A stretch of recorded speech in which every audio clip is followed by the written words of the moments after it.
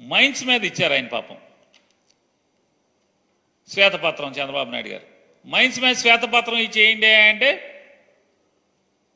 చంద్రబాబు నాయుడు గారు 5 ఏళ్ల కంటే కూడా జగన్మోహన్ రెడ్డి గారు 5 ఏళ్లలోనే మైన్స్ మీద ఆంధ్రప్రదేశ్ రాష్ట్రానికి రాబడి గట్టిగా వచ్చింది. రాబడి గట్టిగా వచ్చింది కదా. మరి ఎవరు సమర్థవంతమైన ముఖ్యమంత్రి? అనుభవం ఉన్నటువంటి 40 ఏళ్ళ ఇండస్ట్రీ, 14 ఏళ్ళ అనుభవం ఉన్న మీరు సమర్థమైన ముఖ్యమంత్రి? కానీ మైన్స్లో మీకంటే 2-3 రెట్లు ఎక్కువ ఆంధ్రప్రదేశ్ రాష్ట్ర ప్రభుత్వానికి ఆదాయం ఎక్కువ వనకూర్చినటువంటి జగన్మోహన్ రెడ్డి సమర్థుడైన ముఖ్యమంత్రి? ఎవరు సమర్థుడు? ఇవాళ ఈయన సమర్థత జోలికి చూస్తుంటే మనం చంద్రబాబు నాయుడు గారి సమర్థత చూస్తే 40 ఏళ్ల ఇండస్ట్రీ, 14 ఏళ్ల ముఖ్యమంత్రి. జగన్మోహన్ రెడ్డి గారినేమో ఇష్టారాజ్యంగా నోటికి వచ్చినట్టు బూతులు తిడుతూ శ్వేతపత్రంలో 4 అబద్ధాలు, 10 జగన్మోహన్ రెడ్డి గారిని బూతులు తిడతాం. ఇదే కదా శ్వేతపత్రం అంటే? తిడతమే, జగన్మోహన్ రెడ్డి గారిని తిడతమే కదా. ఏంటయ్యా ఇలా పరిస్థితి అంటే, ఈ 40 ఏళ్ళ ఇండస్ట్రీ, 14 ఏళ్ల అనుభవం అని చెప్పేటువంటి నారా చంద్రబాబు నాయుడు గారు బడ్జెట్ కూడా ప్రవేశపెట్టలేనటువంటి దుస్థితి. ఆంధ్రప్రదేశ్ రాష్ట్రానికి 2024-25 సంవత్సరానికి, ఆర్థిక సంవత్సరానికి బడ్జెట్ కూడా ప్రవేశపెట్టలేనటువంటి దుస్థితిలో వీళ్ళ అనుభవం ఉంది. ఎందుకు వచ్చింది? మీ అనుభవం దేం చేసుకుంటాకి? ఏమైనా అక్కడికి వచ్చిందా? బడ్జెట్ ప్రవేశపెట్టలేని పరిస్థితి కదా మీది. 2019లో మే 30వ తారీఖున జగన్మోహన్ రెడ్డి గారు ఒక్కడే ప్రమాణ స్వీకారం చేసి, జూన్ 8వ తారీఖున జగన్మోహన్ రెడ్డి గారి ప్రభుత్వం మంత్రులందరూ కూడా ప్రమాణ స్వీకారం చేసి, అంటే జూన్ 8వ తారీఖున జగన్మోహన్ రెడ్డి గారు మంత్రివర్గ ప్రమాణ స్వీకారం చేస్తే, మే 30న జగన్మోహన్ రెడ్డి గారు ముఖ్యమంత్రిగా ప్రమాణ స్వీకారం చేస్తే, జూలై 12వ తారీఖున అసెంబ్లీలో బడ్జెట్ ప్రవేశపెట్టాడు కదా. జగన్మోహన్ రెడ్డి గారికి ఏం అనుభవం లేదు కదా. అనుభవం లేకపోయినా ప్రవేశపెట్టారు.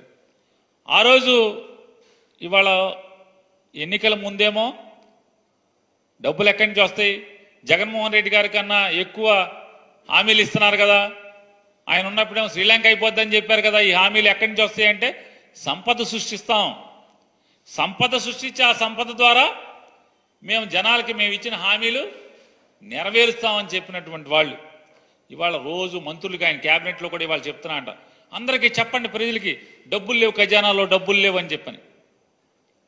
ఇది కూడా మోసమే. ఈ సంవత్సరం జూన్ 12వ తారీఖున చంద్రబాబు నాయుడు గారు ముఖ్యమంత్రిగా ప్రమాణ స్వీకారం చేసేటువంటి 2 రోజులు 48 గంటల ముందు కేంద్ర ప్రభుత్వం నుంచి డబుల్ డెవల్యూషన్ ద్వారా 5,600 కోట్ల చిల్లర రూపాయల డబ్బులు ఆంధ్రప్రదేశ్ రాష్ట్ర ఖజానాలోకి వచ్చి పడిన మాట వాస్తవమా కాదా? అంటే జూన్ 12వ తారీఖున చంద్రబాబు నాయుడు గారు ఆయన ప్రభుత్వం మంత్రిమండలి కలిసి ప్రమాణ స్వీకారం చేస్తే, ప్రభుత్వం ఏర్పాటైతే అప్పటికి 48 గంటల ముందు 5,600 చిల్లర కోట్ల రూపాయలు డబుల్ డెవల్యూషన్ ద్వారా కేంద్ర ప్రభుత్వం నుంచి ఈ రాష్ట్రానికి రావాల్సినటువంటి నిధులు వచ్చి జమ అయినాయి కదా. ఎలా వచ్చినాయి డబుల్ డెవల్యూషన్ ద్వారా అంటే, గడిచిన ప్రభుత్వం అంతకు ముందు సంవత్సరం ఏప్రిల్ 1వ తారీఖు నుంచి మార్చి 31వ తారీఖు దాకా వసూలు చేసినటువంటి రెవెన్యూ వసూళ్లలో కేంద్ర ప్రభుత్వం దగ్గర జమ అయితే, ఆ జమ అయినటువంటి వాటిల్లో రాష్ట్ర జనాభా దామాషా మేరకు కేంద్ర ప్రభుత్వం పంపించాల్సినటువంటి డబ్బులు, అంటే జగన్మోహన్ రెడ్డి గారి ప్రభుత్వం సంపాదించినటువంటి డబ్బులు 5,600 కోట్ల రూపాయలు కేంద్ర ప్రభుత్వం నుంచి ఆంధ్రప్రదేశ్ రాష్ట్ర ఖజానాలోకి వచ్చి పడినాయి. కానీ 2019 మే 30న జగన్మోహన్ రెడ్డి గారు ప్రమాణ స్వీకారం చేసే రోజుకి ఏంటయ్యా ఆంధ్రప్రదేశ్ రాష్ట్ర ఖజానా చంద్రబాబు నాయుడు గారు ఇచ్చెళ్ళిందే అంటే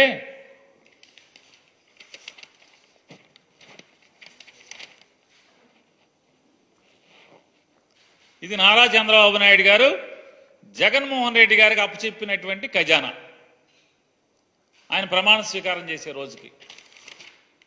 ఇది ఎవరండి? సాక్షిలో కాదు, ఇది రామోజీరావు గారి పేపర్. ఇది డేట్ కూడా చెప్తాను. గురువారం మే 30, 2019. గురువారం మే 30, 2019 ఈనాడులో వచ్చినటువంటి అచ్చు అయినటువంటి వార్త ఇది. ఖజానాలో ఉన్నవి 100 కోట్లే. ఈ నెల ప్రభుత్వానికి అవసరమైనవి 5,000 కోట్లు. ఓవర్ డ్రాఫ్ట్ సాయంత్రంతో జీతాలు, పెన్షన్లు, సామాజిక పెన్షన్లకు 1,200 కోట్లు అవసరం. ఇవాళ దాంట్లో క్లియర్గా రాశాడు ఏమని, ఆల్రెడీ రాష్ట్ర ప్రభుత్వం పసుపు కుంకానికి, అన్నదాత సుఖీభావకి చెల్లింపులకు ఎన్నికల ముందు ప్రాధాన్యం ఇవ్వడం, కొన్ని బ్యాంకుల నుంచి రుణ సమీకరణ నాటి ప్రభుత్వ ఫలితం లేకపోవడంతో బహిరంగ మార్కెట్లో రుణ మొత్తాలను ఈ పథకాల కోసం మళ్లించారు. ప్రతి నెల నిర్దిష్ట గడువులోపు ఓవర్ డ్రాఫ్ట్ను సర్దుబాటు చేయకపోతే రెపో రేటు కన్నా అధికంగా వడ్డీ చెల్లించాల్సి ఉంటుంది.